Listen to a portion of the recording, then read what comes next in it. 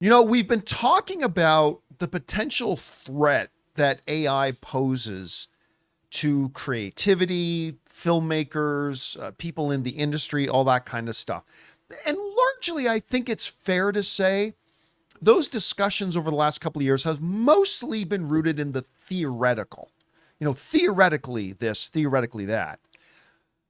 Well, some of you guys may have seen a little video that came out in the last couple of days of Brad Pitt and Tom Cruise going at it, fighting on a rooftop. And it was stunning. I mean, at least some of the fight choreography was a little wonky, but really, in terms of realism, if you took this video and went back in time to 2013 and showed this video to somebody, there was no way they wouldn't believe that this is absolutely real. Mm-hmm. But not just its realism, but it has sparked another kind of controversy and really brought up the issue of violating copyright laws and violating people's image rights to a whole new level, to the point that on a very rare occasion, this is now happening. The studios and the actors union are on the same side, because of this article in Variety writing SAG-AFTRA slams blatant infringement in C-Dance AI videos. Now, why is there a picture of Samwise Gamgee there?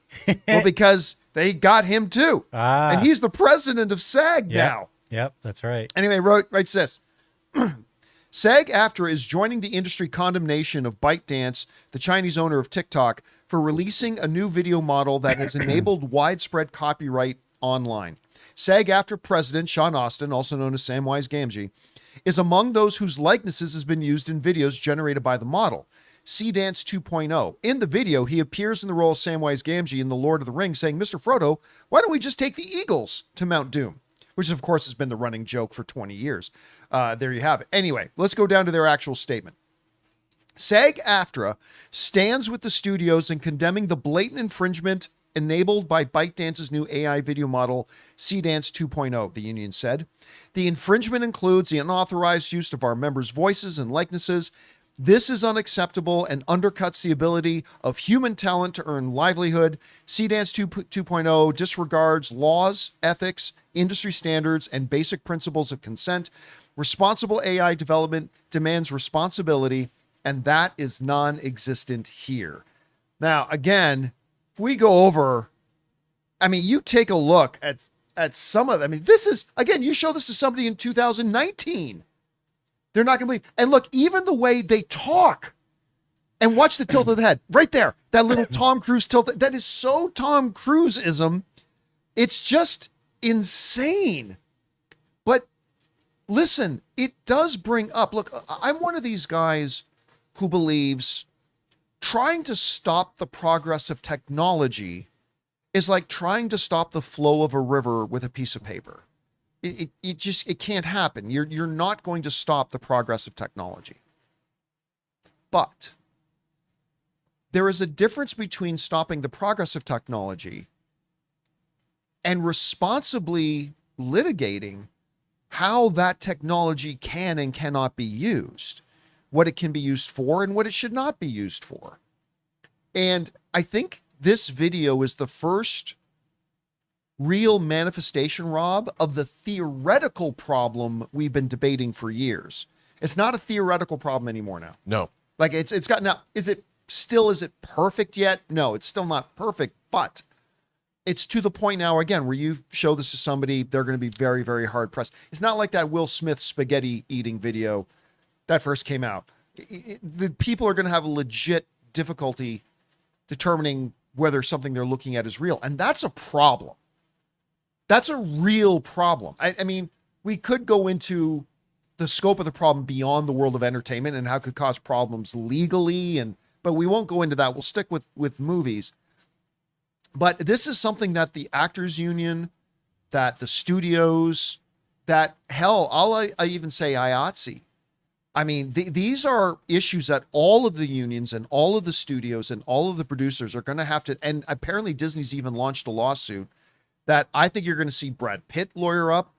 and you're going to see a lawsuit coming from him. I think you're going to see lawsuits coming from Tom Cruise. I think that's going to happen because, you take some other AI models like Google Gemini, ChatGPT, and multiple people have posted online examples of, hey, they try to make a poster of Will Smith doing this, and ChatGPT comes right back and says, sorry, this violates our things. We can't do this. Somebody tried to make a thing of that Tim Burton. What was the alien invasion movie again? Mars Attacks. Mars Attacks.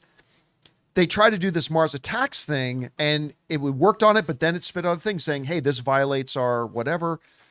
I mean, that's something that all these AI models are going to have to incorporate. Guys, we want to take a second to thank a sponsor of this video, Factor. Cold days, packed schedules, and let's be honest, when February hits, staying on track with eating well gets tough. And that's why I love Factor. Factor makes eating healthy deliciously easy with fully prepared meals designed by dietitians and crafted by chefs so you can eat well without the planning, shopping, or cooking. One of my main go-to meals lately is their high protein options. You're getting quality functional ingredients like lean proteins, colorful vegetables, whole foods, and healthy fats. Plus, they have over 100 rotating weekly meals, including Calorie Smart, Mediterranean, GLP-1 support, ready-to-eat salads, and even their new Muscle Pro collection for strength and recovery. Everything arrives fresh, never frozen, and is ready in about 2 minutes. All that and more is why I highly recommend Factor. Head to factormeals.com/Campea50off and use the code Campea50off to get 50% off and free breakfast for a year. Eat like a pro this month with Factor. New subscribers only, varies by plan. One free breakfast item per box for 1 year while subscription is active.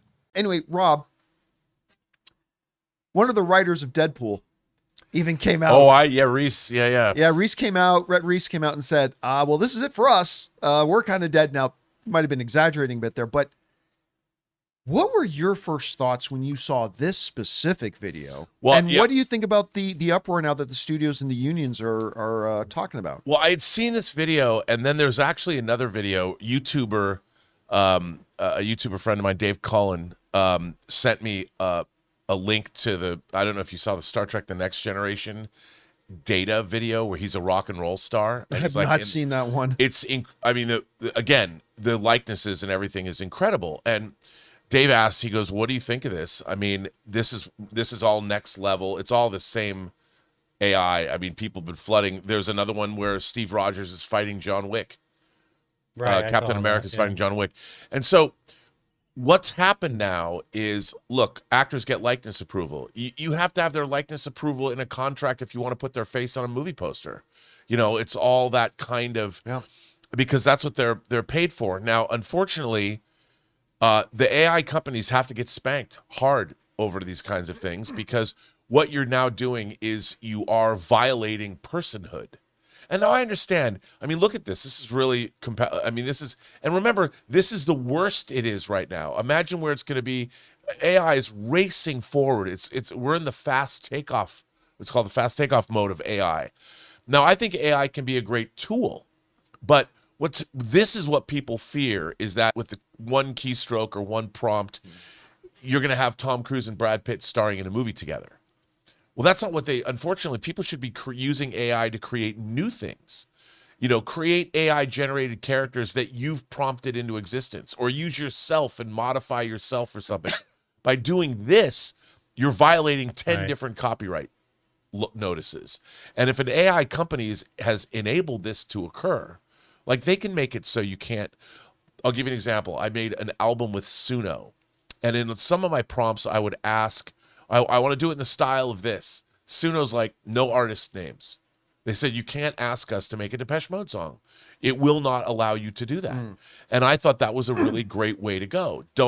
Because it forces people to then, you've got to come up with your own things. And this is something that should have been taken care of from the very beginning. And I understand people are enthusiastic. Some of the Star Wars stuff that I've seen, like Anakin Skywalker, the one where he just becomes Darth Vader, and they show his chest being cut open. It's amazing. I mean, and I'm the first person to be like, I want to watch that. Or the Duel of the Fates script that Skywalker Stories has been adapting. That guy's going to put out the Duel of the Fates movie. and it'll be incredible. And Disney already kind of they're not going to let that come out. well, I mean, no way Disney, they're going to let that come out. but Disney got in front of that. They said, look, we're going to put our characters out there to be licensed so we can use the material, the best of the, because they'll look at the best of it and go, that's ours. Thanks for all the work. And they'll take it and do whatever they want. But it's not, look, this is irresponsible. And I think that this company should have known this was going to happen. And we as fans, of course, people are going to make their favorite memes using their favorite actors. But we have to condition society that it's not a good thing to do, that you are violating someone else's personhood. And this is something we have not come to terms with, but we're going to have to real fast. And I think the studios have no choice but to lawyer up and be as hard as they can on this stuff, because it doesn't lead anywhere good, and it devalues. It devalues. How's Brad Pitt going to be able to justify getting paid what he normally gets paid for a movie if somebody can do this?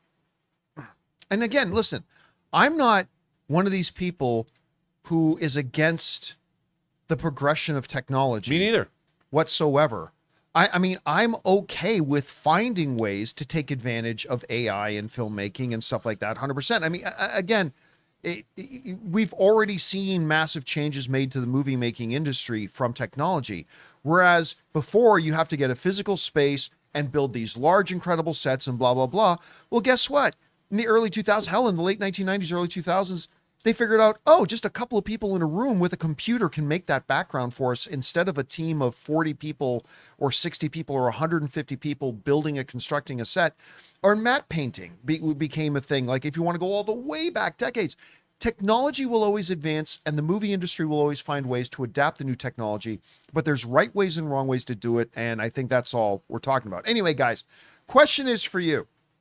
What do you think about this? Like, what did you think when you saw that Brad Pitt, Tom Cruise video at first? I mean, it's the first time that I literally went, okay, this is concerning.